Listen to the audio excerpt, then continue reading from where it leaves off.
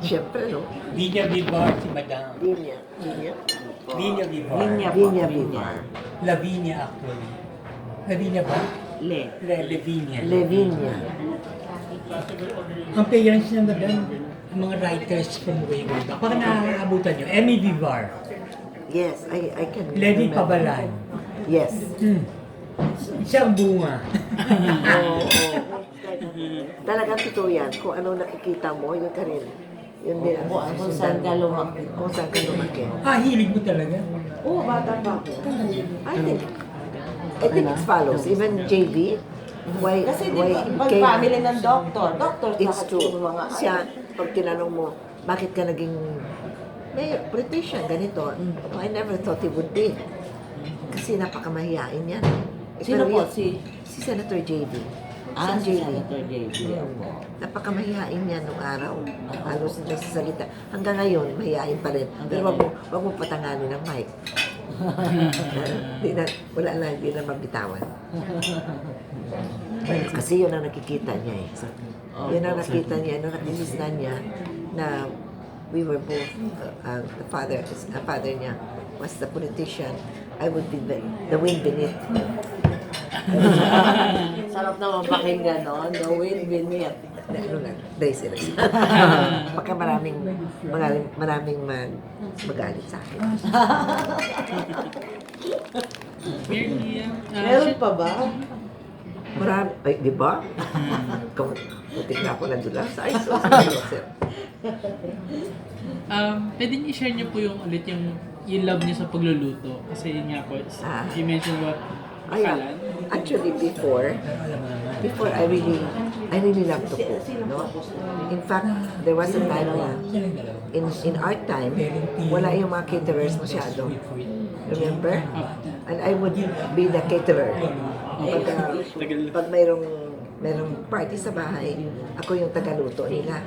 And ako, sila yung nag-i-enjoy na doon. Ako amoy bawang pa. Parang something like that. I really love. Tapos I really cook really for the family. In fact, there was a time that they would say, hindi sila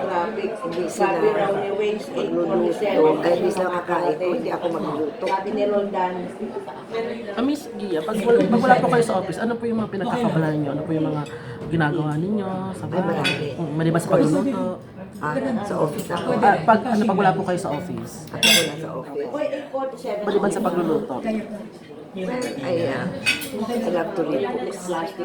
I read a lot of books. Lahat ng klaseng books ay gusto ko. Alam na. Also yung you mentioned about your apo. So, ano po yung talagang bonding nyo so far? Magluluto din po ba? Kainan? Or playtime? I try to, now nahirapan ako mag-band sa kanilang playtime kasi playtime nila ay gadgets. Okay. And I'm one who, I've been very honest talagang wala akong kaalam-alam sa gadgets kundi yung ganyan. Very, very spiritual. I use my cell phone as a telephone. Kasi, as I said, when I got sick, sabi ay, wag na ako mag-bother sa mga ganon. Something that will trigger nervous system problems. And I feel that Facebook sometimes trigger nervous system problems. True or not? Ako naman ang tatanong sa inyo. Totoo ba yun? Po. Medyo po. Opo. Pero ano po yung stand niyo dun sa pagkalat ng Momo Challenge? And paano niyo po pinagbawalan yung apo niyo doon sa Momo Challenge na yun? Ay, actually, hindi ko siya mapagbawalan eh. Mahirap nang magbawal, di ba? Pero, pinagkiusapan lang namin ko sila na sa oras ng pagkain, pwede itabi ang mga gadgets. So, we can face each other, we can be, conversant. And hindi naman na, minsan sabi ko, una mga sila ng picture, lahat kami nasa pagkain sila, nagaganon-ganon. Hindi maganda, di ba? So, nakiusap ako sa kanila na sa oras ng pagkain, pwede itabi lang. Anyway, it's how many hours naman kami The most is about 1 hour kayo magkakain. Ako nakagano lahat yun. Di ba? Pero ma'am, na-alarma kayo doon sa Momo Challenge? Yung may nagpapakamatanda dun sa challenge. Very, talagang, I'm one na talagang alert ako dyan. Na karamihan daw ng nagpapakamatay is because they nag-download ng something ng app na yun. so, kung ano-ano ang apps na challenge na kung paano there are even in the na meron how to commit suicide, meron akong na ganun, meron akong kilala, she's very pretty na, I mean, hindi pa siya iba sa amin. Yun ang nangyari na yung how to commit suicide, she tried it, babae. And then, when she took that concoction, whatever it was that she made, bigla na naalala, takot pala siya mamatay or whatever. She was able to crawl out of the bathroom at mabuti nakita siya ng maid. Kung hindi, wala na siya, di ba? But it took her 3 or 4 months to recover from that. 3 months sa hospital.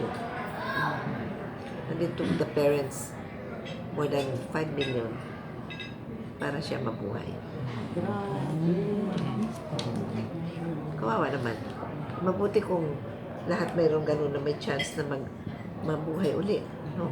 Eh, karamihan, wala na. Like, jumping from the top of 40 floors, the building, I think, merong ganun, di ba? Karamihan pag good families, di ba? I don't know why. Yeah. May depression kasi. Depression is a killer disease, illness. It's an illness talaga. Mayor, yung San Juan actually has a very large part, yung pinaglabanan. Di ba? Yung yung malapit na rin po sa City Hall. So nagkaroon po ba kayo dati ng programa parang yun nga, to ask people to go out, enjoy the park? Kasi since San Juan still have parks na malalaki. I always say that sometimes I feel a little bit sad na we have the museum already there, but our own children, I already told the superintendent and the teachers about it that before they even go out of San Juan, they should see what is inside San Juan. They should already see the museum that we have built, the park that we have converted from a garbage dump to the park that it is today. At timely po kasi yung museum na yan is also historically linked to an old reservoir ng El Deposito. Deposito. Yes, that's the second museum that has been built there. No? The first one was Museo ng Katipunan. That is the Battle of San Juan del Monte, which was started by then Congressman JV.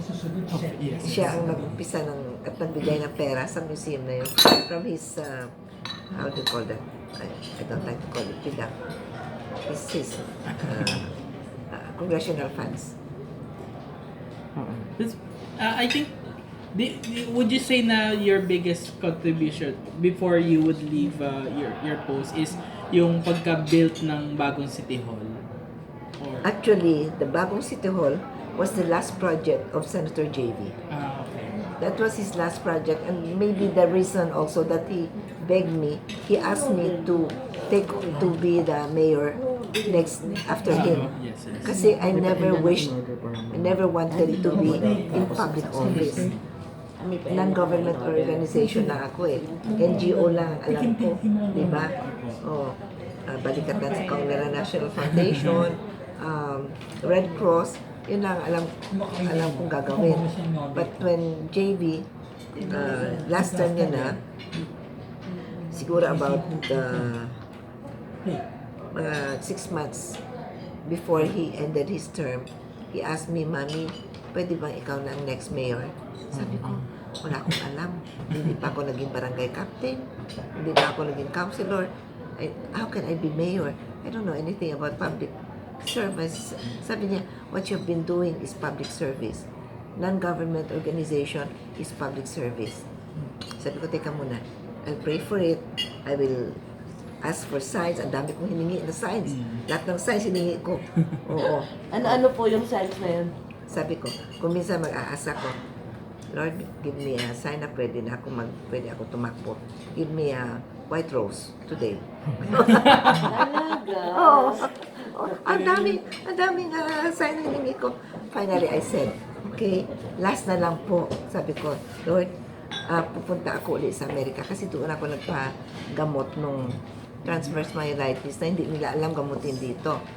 So when I I said, pag sinabi ng mga doctors ko doon na pwede akong tumakbo, siguro itatakbo ako. So I went back to the States. They dug up all my records. When was that po? 2009. 10 years ago. Before the election. Before the election of 2010. Oo. And then, yung doctor ko doon, si Dr. Betty Sullivan, she's also a Filipina. She heads the, I think she's second siya sa, neurology department ng University of Chicago. A Filipino. Sabi nga nila sa akin, punta ka sa Amerika, yun pala, Pilipina din ang doktor mo. Sabi ko, but they're the best there. Magaling ang mga doktor natin. When she was in UST, she was summa cum laude. Then she went to Columbia University, practiced there. Then Chicago got her. At doon siya ang nag-put up ng team na naging nag-ano sa akin, nag-attend sa akin. I thought I'll never walk again. I thought really that I'll never walk again. But I did. And then ano po yung advice niya na i-push niya raw? Sabi ko, Doctor, can I, in-examine muna nila ako.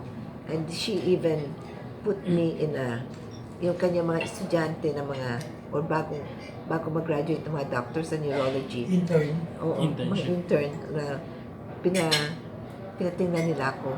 And sabi ng mga interns, we cannot believe that she has been sick. You said she was that sick? I can't believe it. I couldn't believe it myself, sabi ko. Na I was walking. I thought I'll never walk again. Then I said, Doctor, you think I can run for mayor? Sabi niya, you promise, can you handle stress?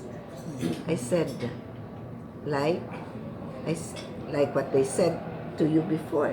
You should be able to handle emotional stress, mental stress, and physical stress in that order. Grabe. Oo. That time, they first told me that, 1995 yun. Then 2001 also, sabi nila sa akin. No, ganun. Sabi ko, saan ako magtatago? Wala naman taong walang emotional stress, mental stress, and physical stress in that order. Why emotional stress ang una-una? Kasi pag emotionally stressed ka, you cannot eat, you cannot sleep. Hindi ba ganun? You can hardly think of anything. At saka, kung ano-ano. That is what is called depression, I think. Emotional stress. Mental stress, similarly. Pero mas worse daw ang emotional stress. Mas matagal. Tagal. Puso ang, yun puso no? Then, sabi ko, I think so. I have learned to handle that in the past. Kasi 2 beses ako na transverse myelitis. Yung stress na yan, 1995 and year 2000, I had it again. But my doctors then said, if you can go without having this disease, this illness for 8 years, then I would say wala na yan. Nagtago na yung virus sa katawan. Yung virus pala hindi umaalis sa atin. Andan dyan lang sa atin. Anyway, sabi ko, I think, doctor, for 9 years I've handled it. And I think I've handled it well. siguro naman kaya ko yung stresses na sinasabi nyo. Yung tatlong Emotional yun. stress, mental Hirap stress, nun. physical stress daw is the easiest.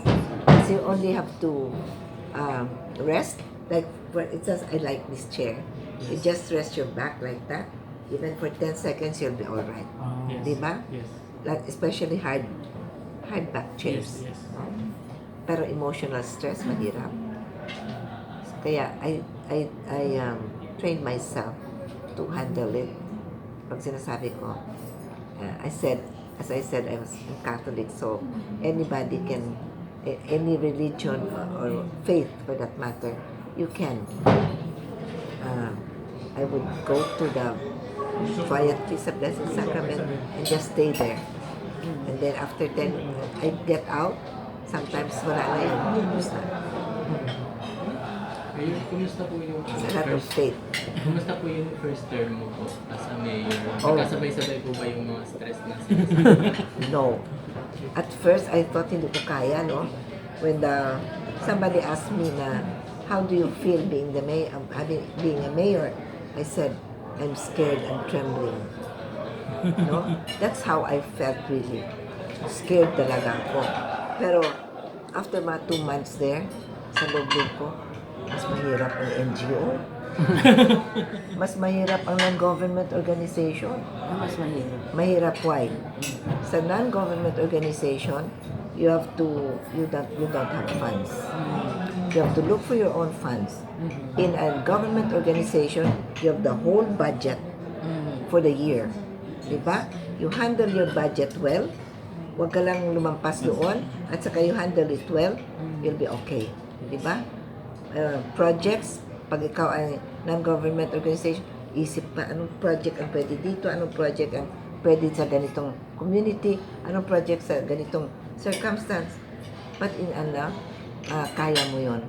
And you have a lot of people na pwede mo, kailangan yung delegation mo, tama. Yung mga tao mo, ma-place mo lang sa tamang lugar, madali na sila. Madali ka na mag-delegate. You have to be able to have the, how do you call that? The capability or the intellect. Tama ba yun? To be able to know kung saan mo sila dapat ilagay. And then there's a lot of, sometimes, ay, nalaigat ko, hindi yata siya tama doon. Transfer ko siya dito. Di ba ganun? And you have a lot. How many employees do you have? How many departments do you have? No?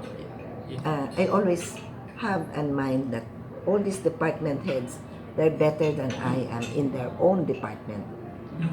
Yeah? Like let's take for example, accounting department. I cannot be as good as an CPA or handling a department with about how many people under her. She is definitely much better as magaling siya sa accounting. Although I'm also an accountant. Kaya hindi nila ako pwede pagtagwa ng pera. Lalo ng budget. Pag sinabi ng budget, walang pera eh. Oh, excuse me. Alam ko may pera tayo. Hanapin niyo dyan, ay meron dyan. No? Like for example, as if you handle, for example, SENRO, City Environment Natural Resources Office, is better than I am, no? In his field. You have to orchestrate lang. Kailangan i-conduct mo lang sila lahat na they are all yung tawag doon. They're working together and in a symphony na tama ang kanilang they have to be like that. Actually, my first order of the day was about empowering the my first executive order. Let's empower the barangays, the barangay captains and the kagawads and all that. Sabi niya, ikaw lang order ng ganun. Sabi ko, you know what? They're your first line of defense. No? Sa totoo lang. O sila yung nasa baba. You should give them the right job, the importance. Are you strict po ba as a mayor or leader dun sa City Hall? Akala nila mabait ako. Mabait naman ako talaga, pero I'm strict. When it comes to job, when it comes to work? Yes. When it comes to just simple thing like discipline, like uniform. Strict ako dyan. When I said everybody has to be in uniform, talagang strict ako dyan. Kasi that means pag hindi sila sumusunod sa uniform pa lang, hindi magiging magaling empleyado. Diba? So, what's the most fulfilling part being a mayor? Most fulfilling thing as a mayor? The most fulfilling. My flagship project, when I became mayor, I said, ambitious. No. Sabi ko, I want to have an in-city housing. Gusto ko housing for the informal sectors, for those who not have houses. Sabi then, Vice Mayor Binay, he was the Vice President then.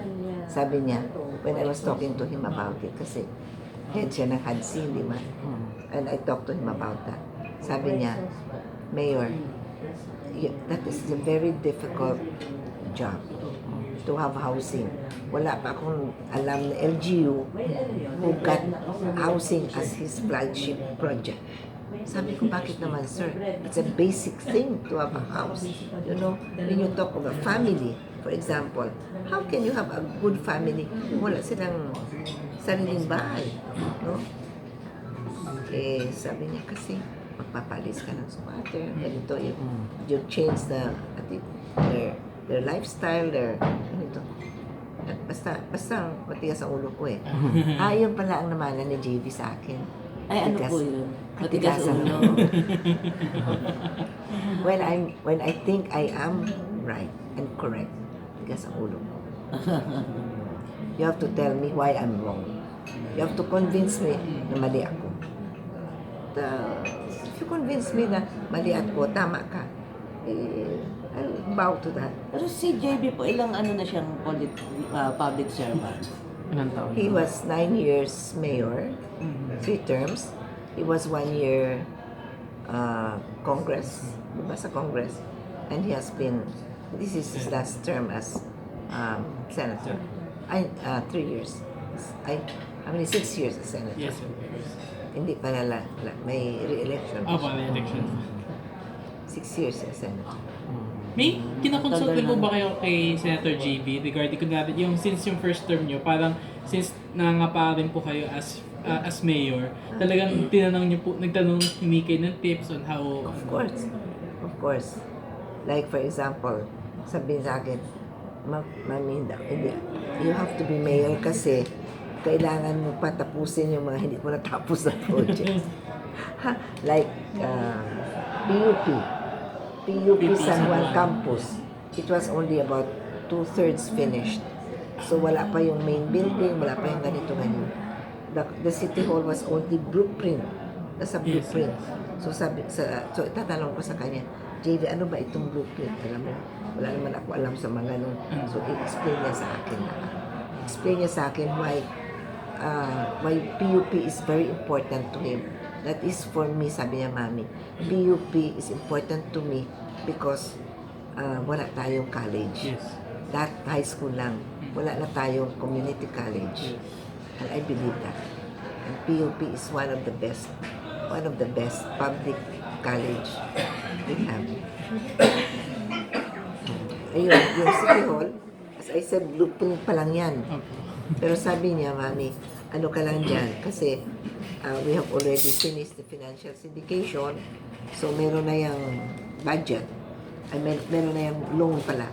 Financial syndicated na yan. At saka, the contractors, I have talked to them already. We got the best contractors. Ganito. Sabi ko, madali ito. Pipirma na ako ng check ko, babayaran ko. Kala ko gano'n na lang. Hindi niya sinabi sa akin, magpapaalis pa ako ng squatters. ng ISF, no? Yun doon ako nahirapan talaga.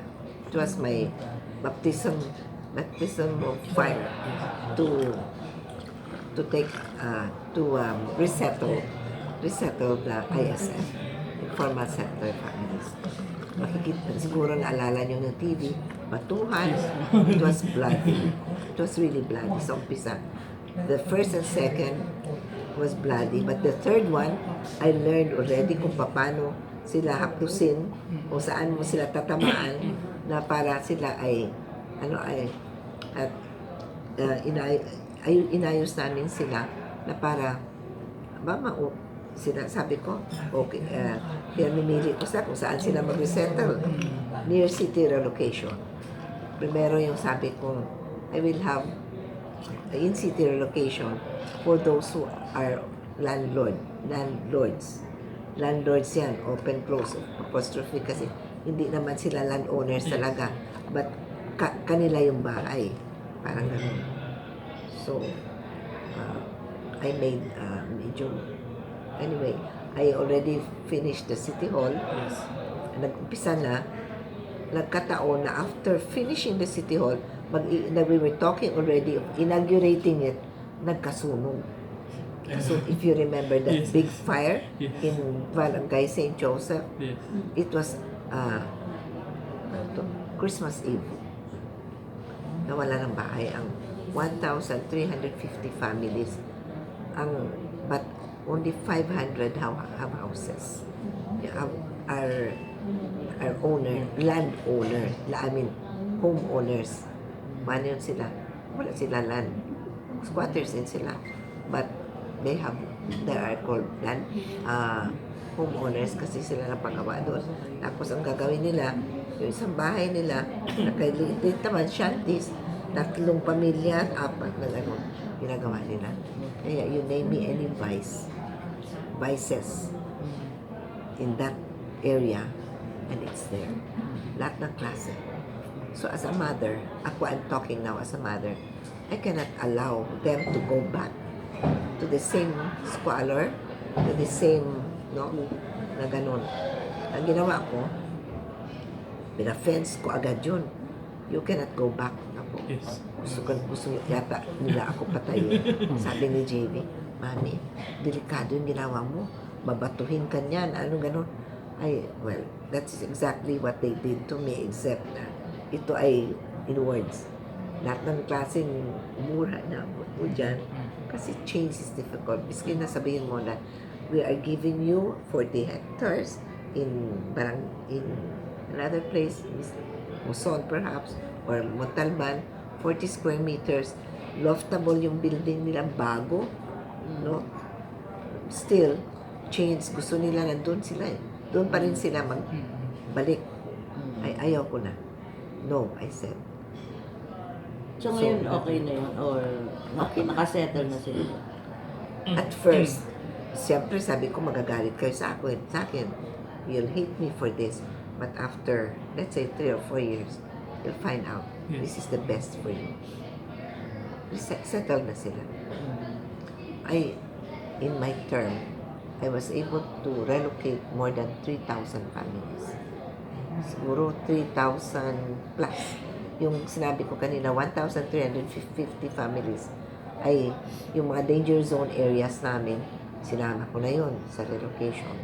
Ako lang yun na, sa lahat ng, di ba may mandamos ng Supreme Court na ito sa danger zone areas, sa mga riverbanks, kailangan mawala sila. Yes. O, itatag nila yun, ang DILG. Yung iba, hindi resettle. Ako lahat ng tinag nila, 675, I resettled them all. Muntik na ako natalo. Kailan po yun? It is. Yung last election, Risky. Konting it's margin risky. lang. Risky. Magpaalis ka naman. Kaya yung mga iba dyan na, hindi na ako magsasabi kung saan na, yung iba, Hindi nagpapaalis. mga squatters area, that's where they get their votes. You know that. And I heard nga na yun ang ginagamit nilang panlaban sa'yo dati. Kasi parang you don't care about Ito, kasi mga pinaalis ko dati. Hindi man pinaalis, resettle. Settled. So, 70 years na kami dito. Yung babae yan. Yun lang pala ang Babaeng dito yan. sa amin. Yan, yung babaeng mayor na yun, akala namin mabait. Yun pala, siya lang makakapagpaano sa amin. Sabi ko, 70 years na kayo dito. Ang dami nyo ng utang sa San Juan. Biro mo yun, no taxes. Na ilang libre bahay na yun. Yung mga, anyway, ngayon magaganda na ang kanilang bahay. They are not cold spotters anymore. They are homeowners. Yes. Diba? So, yung model niyo po ng mga ng We have housing. housing, Yep. 5 stories, in city, Opo. at saka prime lot Yun po yung malapit sa City sa Hall. City Hall. Sabi nga ni Vice President Pinay, Iya, sigurado ka bang ibigay mo yan sa SF? Prime lot yan, that's 40,000 per Yes. square meter. That time, 40,000 lang. Ngayon, that same area will cost 80 or 90,000 per square meter. Sabi ko, oo naman. They're entitled that they have been there for how many years. Eh, sila naman ay, dito naman nagtatrabaho yan. Karamihan sa kanila, yung mga may trabaho, ang walang trabaho, ay kailangan magtrabaho. Kasi this time, their houses will not be free. Yes. Yung medium rise na pinagawa namin, yung lupa sa city yun. At yung lupa, kami ang nag-paid, nag-umpisa niyan. Pero ang building will be NHA. Ang NHA ang nag-i-evaluate kung sino ang Bibigyan. bibigyan dyan. At sila din ang maniningil. Actually, ang ganda nga po eh. Kasi Ang ganda. Compared sa other housing projects, Ah. parang isang story lang. So, hindi na may-utilize yung gamit ng lupa. So, yung nga parang... Eh kasi wala na kami lupa. 600 square meters lang ang San Juan. The 600 smallest, square meter. 600 hectares. hectares. Smallest Oh, city. sorry. Hindi pa. 600 hectares lang ang San Juan. Compared to, let's say, Quezon City is 12,500 hectares. 5% lang kami. No? But it is in the heart of Metro Manila. Nasa And according ng San Juan Heart. So there are, tungkol sa lugar na yon, dinivide ko. There are 1.4 hectares yun. 1.4 hectares yung nasunog. So yung 7,000 square meters, ginawa namin 6 buildings, 6 medium-rise building, housing 60 families in each building. That means 360 ang tumira doon. Now we finished 2 other buildings plus 120, almost 500 na resettle na sa in-city housing. Yung iba sa near city, Muson. But Muson is already located in a city. San Jose del Monte, city. Even ABS-CBN will be relocating there. There's sound stages. No, doon na. There will be enough jobs. At saka mga factories doon, may ando na rin. At saka magaganda yung bahay. At saka yung iba, after 3-4 years, nakapaganda na talaga yung mga bahay. So, Ma'am, sa church, mas nag-focus kayo talaga sa housing. Well, not only housing, marami pa. But that is my flagship centerpiece project.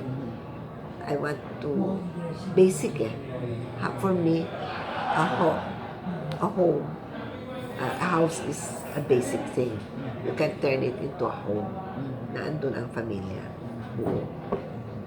Something like, baka mag-iba din ang kanilang lifestyle. No?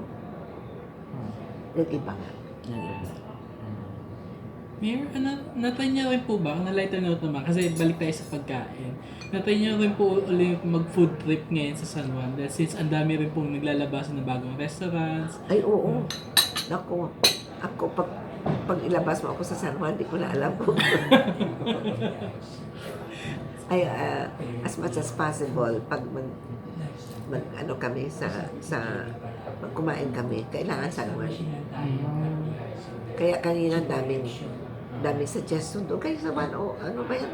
Sabi mo, Oo. Kung ano-ano kasi, konti lang ang may ganitong place. May Yes. function rooms. Hindi, gusto ko San Juan eh. Okay, tapos, pati, di ba meron nga po mga from high-end to, ano, di ba? There are, you call it hole in the wall. Yes. Diyan sa Little Baguio. Naku, ang dami. Talaga ang dami. At marami din, kumbaga, no, diyan nag-umpisa, lumaki sila. Nagkaroon na sila ng mga branches somewhere, gano'n. Ang Eat Fresh, remember? Yes, eat fresh. Liit lang niya. Yes. Ngayon, building na. Ang daming tao doon parati. Oo nga. Dinadayo talaga. Gusto Oo. ko bumalik.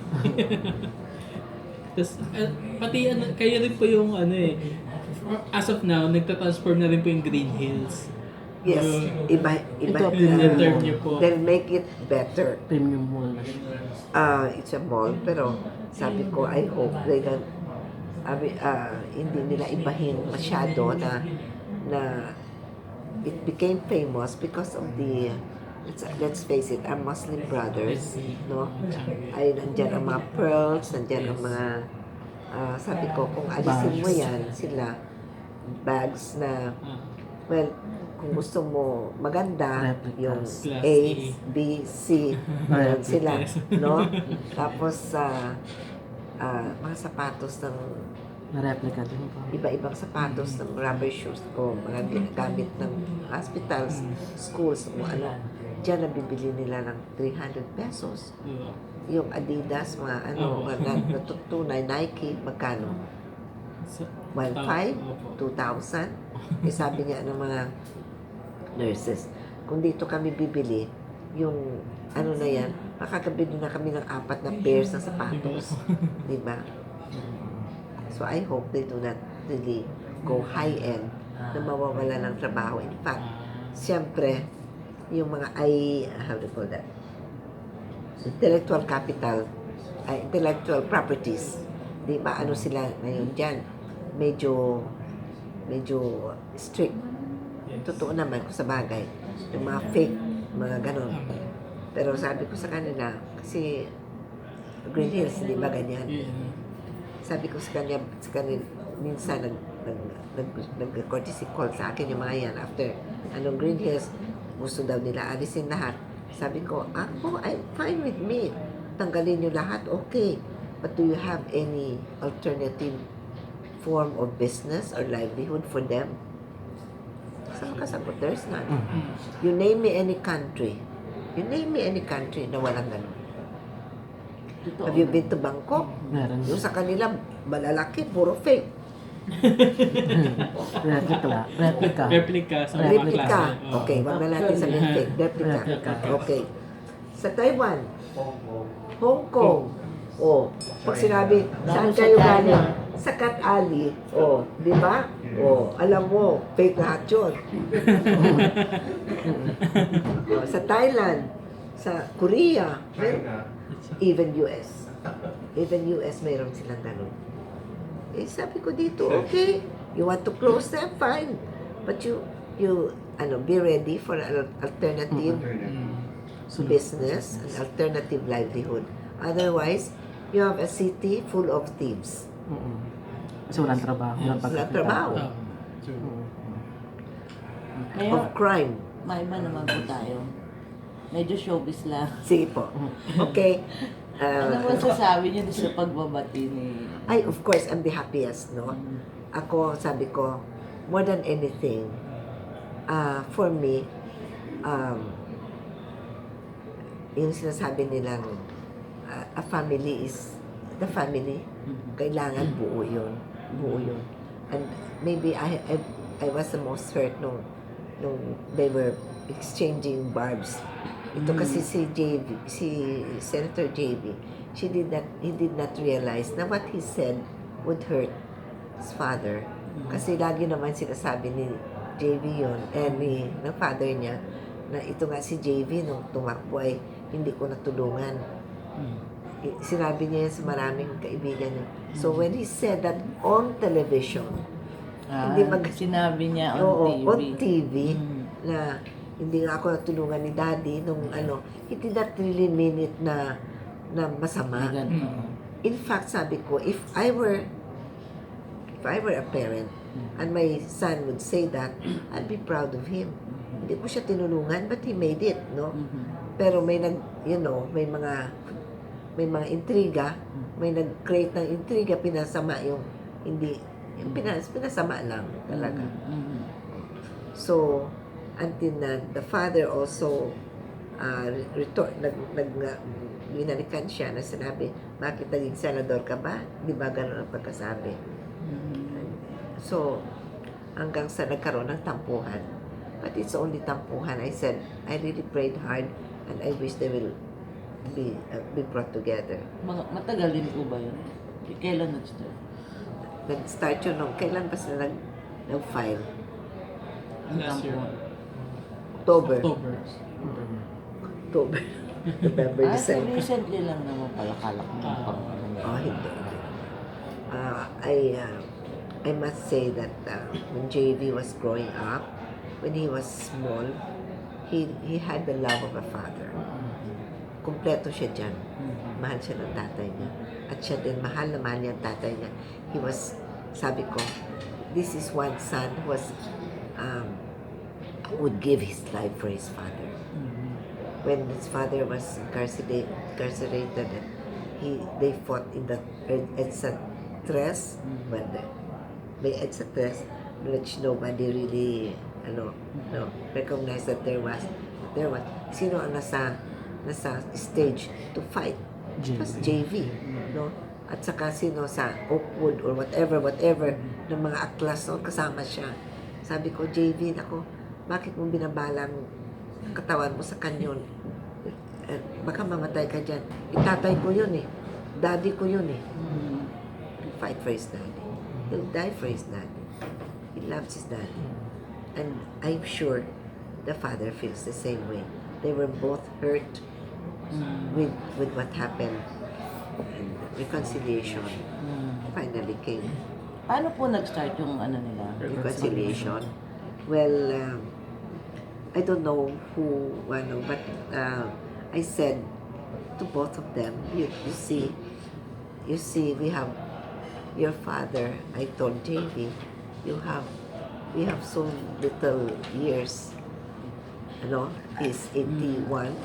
I'm 76. I'll be 77 next month. We have so little time on this. Then sabi ko, sana magkapati-pati na kayo, ganon. And to the father, I said the same thing, ganon.